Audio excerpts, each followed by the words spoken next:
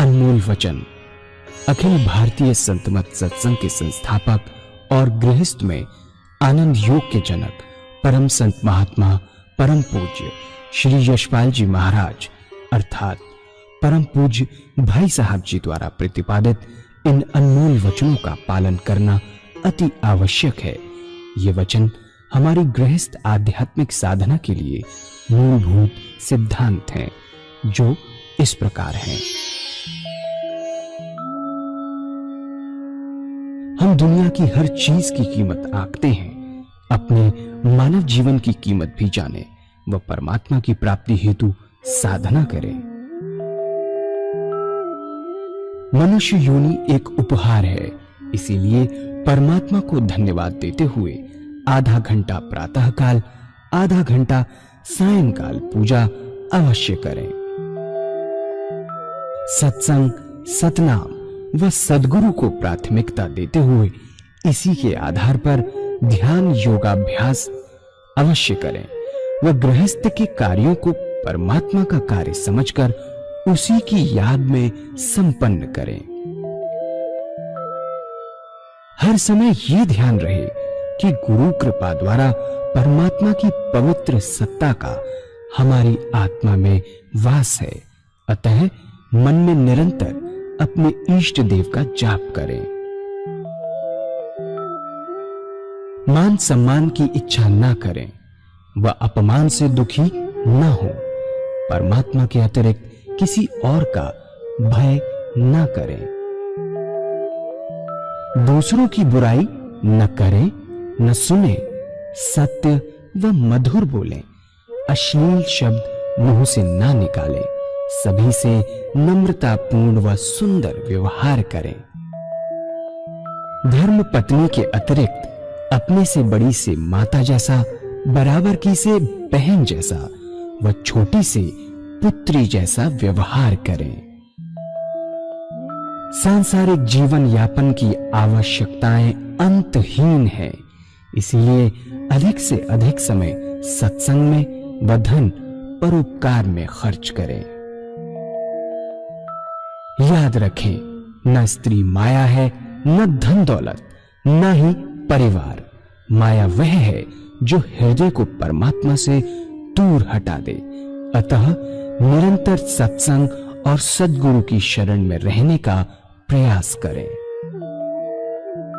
भोजन अपने इष्ट को अर्पण कर प्रसाद रूप में परमात्मा की याद में करें। रात्रि में सोने से पहले अच्छे बुरे कार्यों का आत्मनिरीक्षण कर उसका समुचित पश्चाताप करते हुए ध्यान करें व प्रभु की गहरी याद में ही विश्राम करें। परमात्मा तू ही है, तेरी इच्छा पूर्ण हो।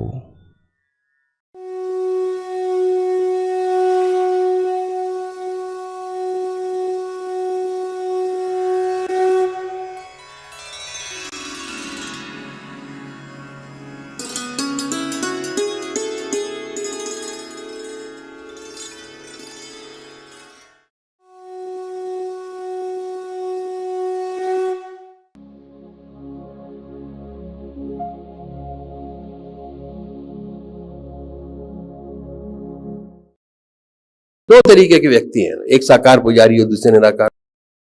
कोई नई बात नहीं, आपस में झगड़े होते हैं, वाद विवाद चलते हैं, पर दोनों का है।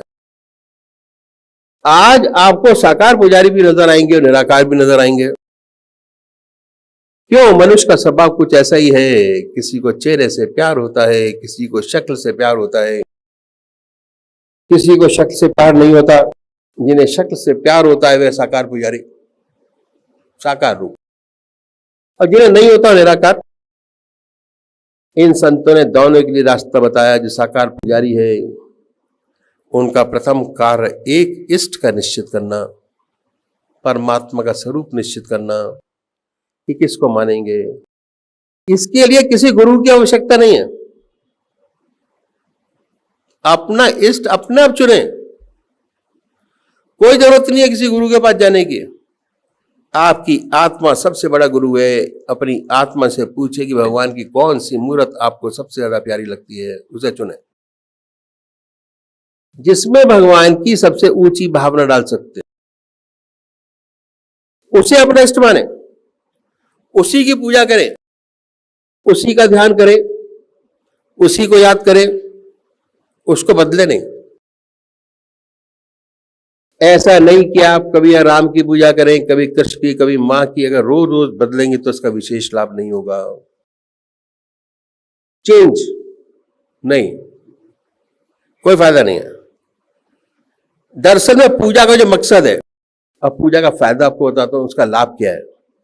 वह चित्त की एकाग्रता प्राप्त करना और उससे ऊपर उठें तो विचार शून्य अवस्था प्राप्त करना, ऐसी हालत जिसमें विचार शून्यता आ जाए। नींद कब आती है, कभी सोचा है? जब तक आपके मन के अंदर विचार चलते रहेंगे आपको नींद नहीं आती। जहां विचारों से सेकंड के लिए खाली हुआ, नींद आ गई, इमीडिएट नींद आ गई, फौरन नींद आती है। विचार शून्य अवस्था प्राप्त होती है उस टाइम पर। उसके बाद सपने देखते हैं, तभी जागृत अवस्था होती है सपने देखते हुए। जो सपने देखते हैं ऐसी हालत में विचार शून्यता आ जाए, तभी हो सकता है जब आपका एक इष्ट हो। आज इसलिए जितने साकार रूप हुए सब एक इष्ट के उपासक थे। संत तुलसीदास भगवान के उपासक थे और इतने बड़े उपासक थे कि एक बार द्वारकाधीश मंदिर चले गए, मथुरा। जब मंदिर के दरवाजे पर पहुंचे तो सबने प्रणाम किया, तुलसीदास जी ने नहीं किया। लोगों ने पकड़ लिया, कहने लगे कि आप तो भगवान के भक्त हैं, हमने प्रणाम क्यों नहीं किया? तो तुलसीदास जी ने भगवान की स्तुति की, भगवान की मूर्ति का बड़ा सुंदर वर्णन किया। आखिर में रो रो के कहने लगे कि तुलसी मस्तक जब झुके जब धनुष बाढ़ लो हाथ। ऐसा कहते हैं कि भगवान के हाथ में धनुष बाण आ गया। तो तुलसीदास जी ने प्रणाम किया। ऐसे एक इष्ट उपासक, एक इष्ट, तभी टारगेट पूरा होता है। एक इष्ट बार बार। ऐसे सूरदास भगवान कृष्ण के उपासक थे, जहां जाते हर जगह कृष्ण नजर आते थे, उनके साथ भगवान कृष्ण हरदम रहा करते थे। वो कहते थे कि दर दीवार दर्पण भय, चित देखु तित तोय, काकर पाता ठीक री भय आरसी मोए। कंकड़ों में, पत्थरों में भगवान कृष्ण नजर आते थे। इसलिए जितने साकार भक्त हुए सब एक इष्ट के उपासक थे। इसलिए साकार पुजारी को अपना एक निश्चित करना बहुत जरूरी है, जिसे आपकी आत्मा कबूल करे, मेरे कहने से नहीं। आपकी आत्मा जिसको कबूल करेगी वही नाम चलेगा, उसी से कंसंट्रेशन पैदा होगा, उसी से ध्यान पैदा होगा और वही सारे काम आपको पूरे करेगा। पूजा करने के लिए कुशा या कंबल का आसन हो, धूप दीप जलाएं, साफ सुथरी चादर बिछी हो, बहुत जरूरी है। मन वहां बैठता है जहां सफाई का बहुत जबरदस्त ध्यान रखा जाता है। साफ सुथरी चादर बिछी हो, सफाई के साथ रात्रि के वक्त बदल कर बैठे हैं। यदि स्नान नहीं कर सकते, कभी कभी होता है कि भाई तबीयत ठीक नहीं है, स्नान नहीं कर सकते हैं, कोई बात नहीं, मुंह हाथ धोकर सुखासन में बैठे। अपने इष्ट को सामने देखें कि हमारा इष्ट शरीर हमारे सामने विद्यमान है, ऐसा विचार कीजिए। फिर भक्ति भाव का कोई भरा भजन गाइए, तो क्या होगा कि जितने आपके वैरमुखी विचार हैं दुनिया के, उनसे हटकर मैं ईश्वर की तरफ लग जाएगा। इसके बाद जब आप अपने ईश्वर का ध्यान करेंगे तो ध्यान बनेगा।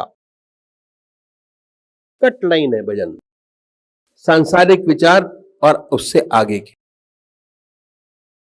जब ध्यान बाहर की तरफ बन जाए तो उस पवित्र मूर्त को हृदय में उतारिए। पहले बाहर बनाइए, जब वो हो जाए तो उसको अपने हृदय में उतारिए, बैठाइए, प्यार से बैठाए, इतने प्यार से कि ना कोई दूसरा विचार रह जाना, ख्याल, कोई ख्याल नहीं होना चाहिए। हमारी आत्मा हमारे मन को देखती रहती है, बताती रहती है कि हम क्या सोच रहे हैं, ये फिक्रती है मन की। अच्छा काम भी बताती है, बुरा काम भी एनालाइज करती है। अच्छा किया तो अच्छा बताती है, खराब किया तो खराब बताती है आत्मा। दूसरा नहीं, आपकी आत्मा खुद आपको रियलाइज कराती है, आपको गाइड करती है कि ये अच्छा है, ये खराब। और घर के अंदर हम वो काम करते हैं जो हमारी आत्मा को अच्छा लगता है, उसके बगैर कोई काम नहीं करते। और अगर गलत भी हो गया तो कहते हैं भाई आत्मा कहती थी, हो गया, आत्मा ने गाइड किया, हो गया, फल मिलता है। कोई भी थॉट है उसका अच्छा और खराब रिजल्ट आपको मिलता ही मिलता है। जिंदगी के अंदर कोई भी आपने किया, अच्छा है तो अच्छा मिलेगा, रिजल्ट आपको मिलता है। जो अच्छे काम किए उसका रिजल्ट मिलता है, जो खराब काम किए उसका रिजल्ट मिलता है। एनालाइज करके देखिएगा आज के बाद कि कोई भी आपने काम किया, अच्छा है तो गुड रिजल्ट है, नहीं तो मन ये कहता है कि अरे गड़बड़ी हो गई कुछ। ये आत्मा का वो है, शरीर के अंदर एक चक बनाया हुआ है आत्मा का। और जब चेतन अवस्था में लौटेंगे तो उसी के विचार में लौटेंगे। खास बात क्या है कि अगर आपने ये सोच के बैठे कि आधा घंटा हमको ध्यान करना है और आप ध्यान में चले गए, आधे घंटे बाद आपको अपने आप झंझोर के उठा देंगे, अपने आप उठ जाएंगे। ध्यान में गए, सोच के बैठे कि 15 मिनट ध्यान करना है, 15 मिनट ध्यान किया, ऑटोमेटिक परमात्मा आपका मन जो आपको झंझोर के उठा देगा, भाई अब टाइम पूरा हो गया, समाप्त आपका टाइम। जितना मस्तिष्क बाहर तब हल्का हो गया। यह पूजा का तरीका जो इन संत महात्मा ने बताया साकार पुजारियों के लिए,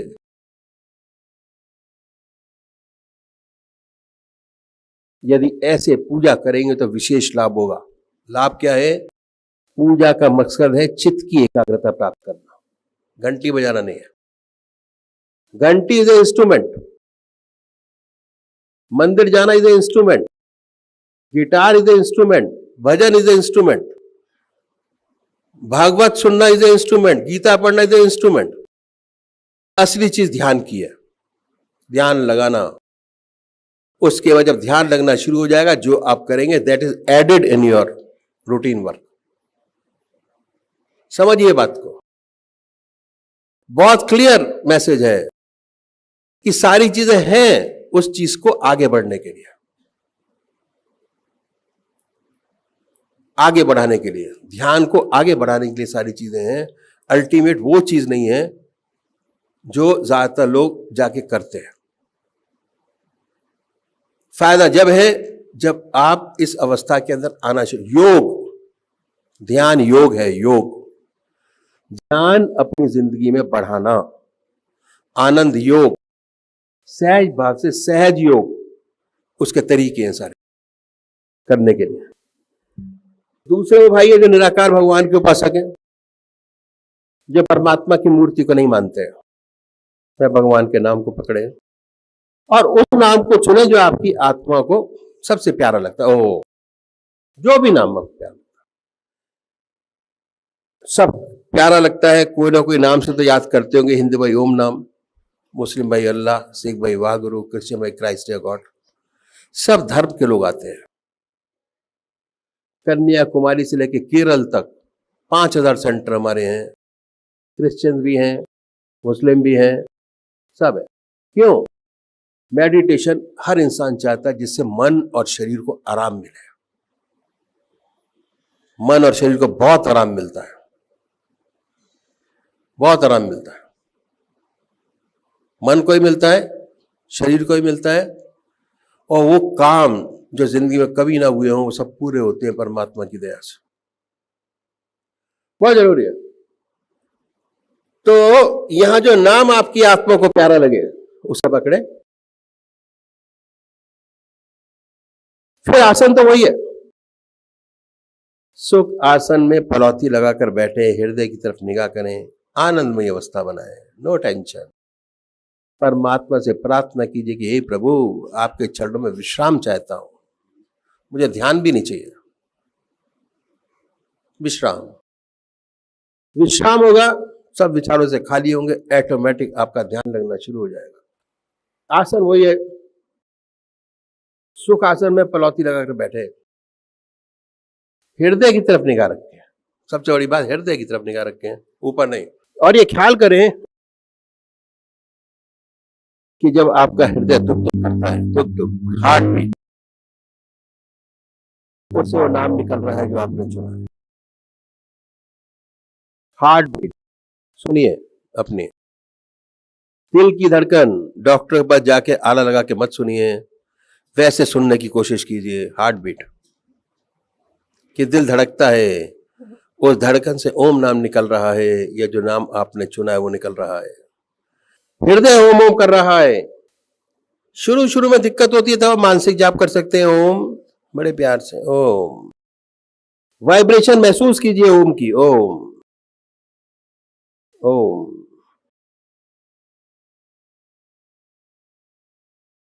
धीरे धीरे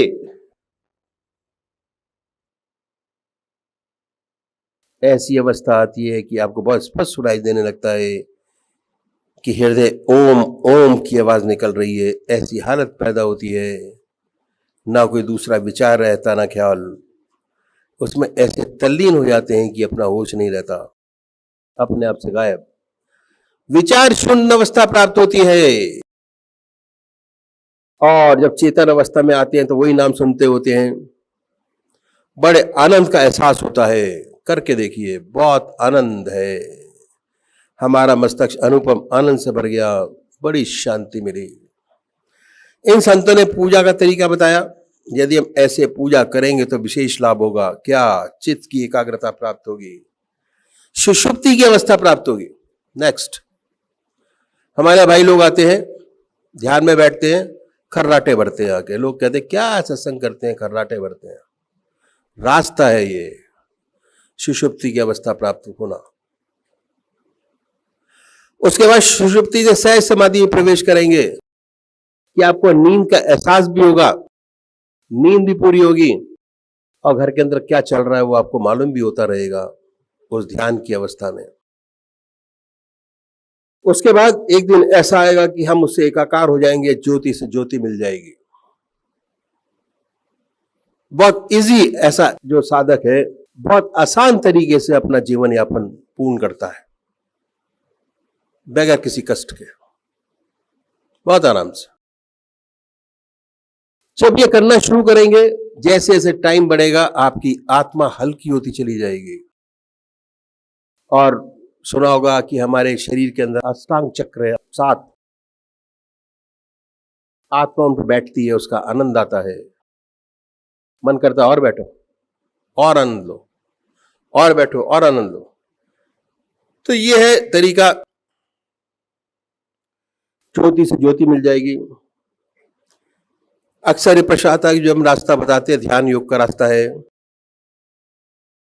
और जहां तक ध्यान का ताल्लुक है, पतंजलि महाराज इज द योग की सबसे प्रामाणिक और मान्य अथॉरिटी है। और उन्होंने ध्यान करने का बहुत सुंदर तरीका बतलाया कि साधक 5 उंगल ऊंचे आसन पर बैठे, सिद्धासन से, नासिका के अग्रभाग को देखे, पांव के बीच में ध्यान लगाए। अक्सर करते हैं लोग, पढ़ के, अक्सर पढ़ के करते हैं प्रैक्टिस।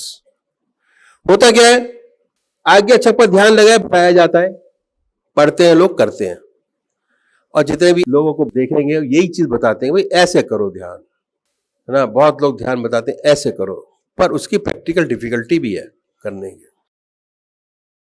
आपके बुजुर्ग ऐसा क्यों बताते हैं कि हृदय पर ध्यान लगाया जाए?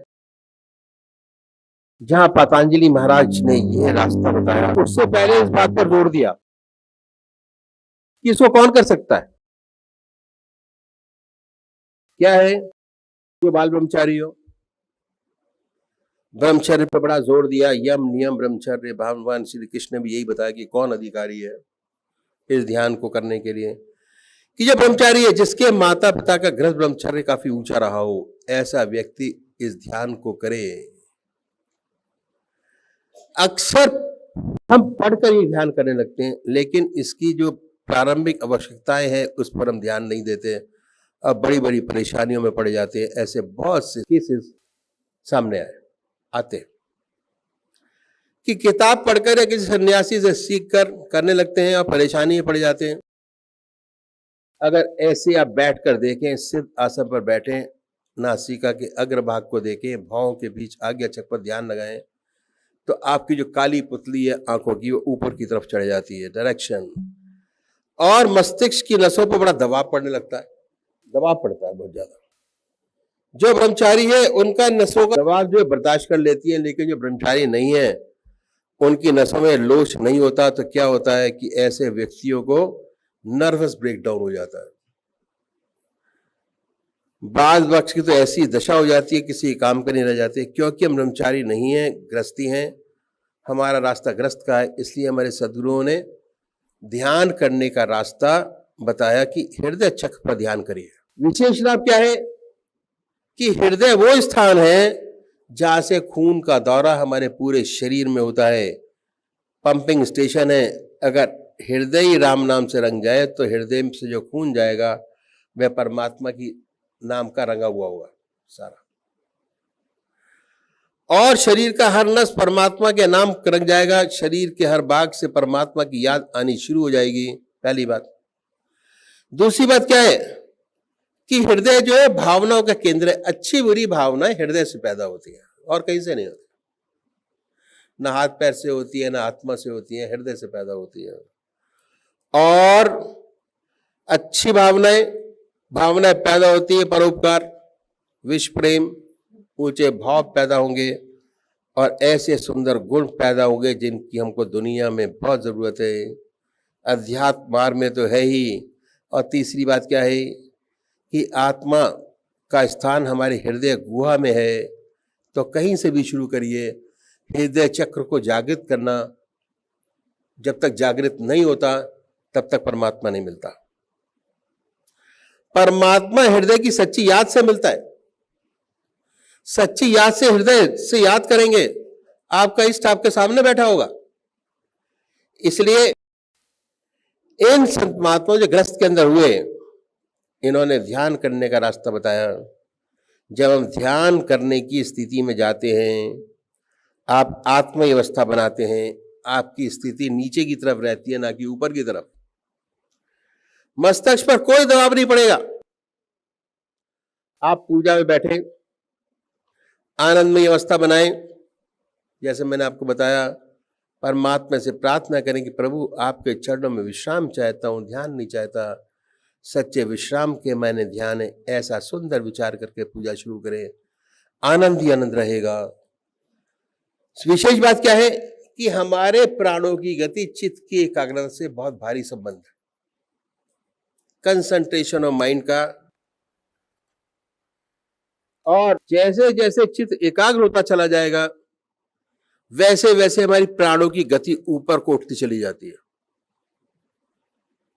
ठीक है, ऊर्ध्वगामी रहती है। जितना हम दुनिया का चिंतन करते हैं, कामनी कंचन का चिंतन करते हैं, उतना ही हमारे प्राणों का जवाब जंघाओं में होता है। जितना हम ईश्वर का चिंतन करते हैं, हमारे प्राण ऊर्ध्वगामी होते चले जाते हैं। एक दिन ऐसा आता है कि ध्यान हम हृदय पर करते हैं, पर आज्ञा चक्र पर स्पंदन ऑटोमेटिक होना शुरू हो जाता है। और जब ये स्वतः हो गया, अब कोई खतरा नहीं। अब तो हृदय पर करते हैं, धीरे धीरे बहुत सरलता के साथ हम पहुंच जाते हैं वहीं पर, आज्ञा चक्र पर। बहुत लोग तो ऐसे काम होने लगते हैं, ऑफिस का काम कर रहे हैं, आज्ञा चक्र पर स्पंदन चलता चला जा रहा है। अब कोई खतरा नहीं। इसलिए हमारे सद्गुरु ने ध्यान हृदय पर बताया, ताकि बड़ी सरलता से काम बन जाए। हमारे अंदर ऐसे सुंदर गुण पैदा हो जिसकी हमारे ग्रस्त जीवन में बड़ी आवश्यकता है, बहुत जरूरी है। अध्यात्म रास्ते में चलना हमारे घर में भी जरूरत है, हमारे समाज को जरूरत है, हमारे देश को जरूरत है। इस चीज की बहुत जरूरी है। सारी चीजें, ये तरीका पूजा का बताया कि कैसे हम रास्ते में आगे बढ़े, और हर साधक बड़े आराम से इस रास्ते को पकड़कर बढ़ सकता है, बहुत सुंदरता से। परमात्मा तू ही है, तेरी इच्छा बोलो।